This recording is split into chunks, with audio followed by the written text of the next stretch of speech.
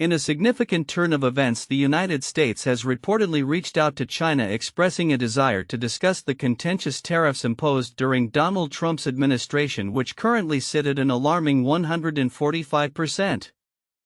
This development, disclosed by a state-affiliated social media account, suggests a potential thawing in the icy relations that have characterized U.S.-China trade interactions in recent years. The post shared on Weibo by Yuyuan Tantian highlighted that the U.S. government has initiated contact through various channels aiming to open a dialogue on the tariff issue. U.S. Treasury Secretary Scott Bessent and White House economic advisor Kevin Hassett have both signaled a hopeful outlook regarding the possibility of easing trade tensions. Hassett mentioned to CNBC that there have been loose discussions occurring on both sides regarding the tariffs, indicating a willingness to explore resolutions. He also noted that China's recent decision to reduce duties on certain U.S. goods could be interpreted as a positive step towards negotiations. However, Beijing has historically expressed strong resentment towards the tariffs, characterizing them as acts of economic bullying. Despite its public indignation, China seems to be taking calculated steps behind the scenes. Reports indicate that Beijing has compiled a list of U.S.-made products that will be exempt from its own retaliatory tariffs, which stand at 125%, including crucial items like select pharmaceuticals and microchips. This approach appears to be an effort to mitigate the impact of the trade war on its economy while maintaining a stance of resistance against U.S. pressure. Bessent emphasized that for negotiations to be fruitful, de-escalation of both countries' tariffs is essential. He remarked, "First we need to de-escalate, and then over time, we will start focusing on a larger trade deal." He also highlighted the urgency of addressing China's failure to meet its purchase commitments as outlined in the 2020 Phase 1 trade deal, which aimed to boost American exports to China by $200 billion over 2 years, an objective that was severely undermined by the COVID-19 pandemic.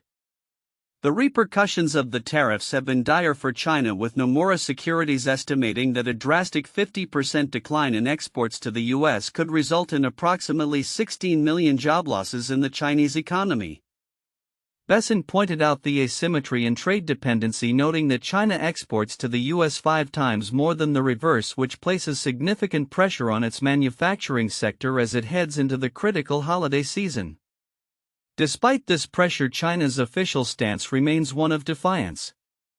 The Foreign Ministry has expressed skepticism regarding the U.S.'s intentions, asserting that China sees no need to engage in talks until the U.S. takes meaningful steps to address the tariffs. The rhetoric from Beijing suggests a desire to maintain the upper hand in negotiations, with experts advising caution and strategic observation of U.S. moves. Adding to the complexity of the situation, Trump recently claimed that discussions were underway with China, asserting that President Xi Jinping had reached out to him. However, this claim has been met with denials from Beijing, which accused the U.S. of misleading the public about the state of negotiations. Official statements from Chinese officials have reiterated a willingness to engage in dialogue, but only under conditions of equality and mutual respect. The ongoing tariff war has not only strained bilateral relations but also has broader implications for the global trading system. Experts warn that the potential for economic decoupling between the U.S. and China is becoming increasingly real, with all parties at risk of suffering significant losses.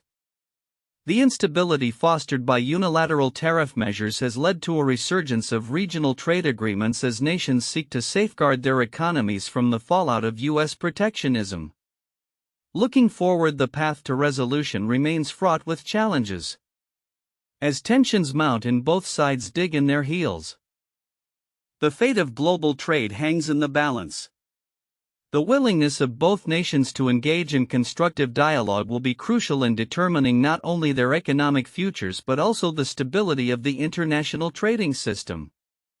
The coming weeks and months will likely reveal whether this overture from the U.S. marks the beginning of a new chapter in U.S.-China relations or merely another fleeting moment in an ongoing saga of confrontation. Amid escalating trade tensions and economic challenges, U.S. Treasury Secretary Scott Bessent has signaled a potential advantage for the United States in its ongoing tariff battle with China. His remarks come as China's economic landscape shows signs of significant strain, with recent reports indicating that the country could face job losses of up to 10 million due to a slowing economy and the impact of U.S. tariffs. During an interview with Fox Business, Besson highlighted the stark contrast between the two nations' economies. "We saw some very poor GDP numbers out of China yesterday," he stated, noting that the Chinese economy is experiencing a substantial slowdown. He emphasized the need for China to rebalance its economy, which he described as the most unbalanced and balanced economy in the history of the world. Besson's comments underscore the urgency for China to address its trade imbalances, particularly in light of the exorbitant tariffs that have been imposed: 125% on U.S. imports and 145% on Chinese goods. Despite recent assertions from Chinese officials denying any current negotiations with the Trump administration regarding tariffs, Besson remained optimistic about the potential for a significant trade deal. "A big deal could be done here," he said, advocating for a mutual effort to decrease trade barriers and fulfill previous commitments made under the Phase 1 trade agreement of January 2020. This agreement was intended to ease tensions regarding intellectual property and trade practices, but the COVID-19 pandemic interrupted its implementation. The backdrop of these discussions includes the broader economic implications of the Trump administration's tariff policies. President Trump has insisted that the tariffs are creating a favorable environment for U.S. manufacturing by incentivizing domestic production, even as they contribute to rising prices for consumers and uncertainty in various sectors, including automotive and pharmaceuticals. For instance, Harley-Davidson's CEO noted that while the company's production is largely U.S.-based, the steep tariffs on imported components significantly impact their cost structure, as U.S. officials hint at renewed talks. Reports from Chinese state media suggest a possible softening of Beijing's stance. This development may indicate that China is willing to engage in dialogue, albeit under the condition that the U.S. takes meaningful measures to address the tariffs. Yet the Chinese government has also made clear that any discussions must be rooted in respect and mutual benefit. The current state of affairs is complex, with significant economic pressures on both sides.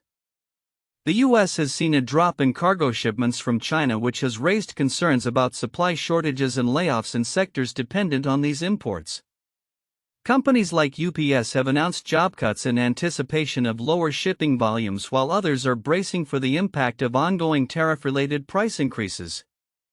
Looking ahead, the potential for a trade deal before the winter holiday season remains uncertain.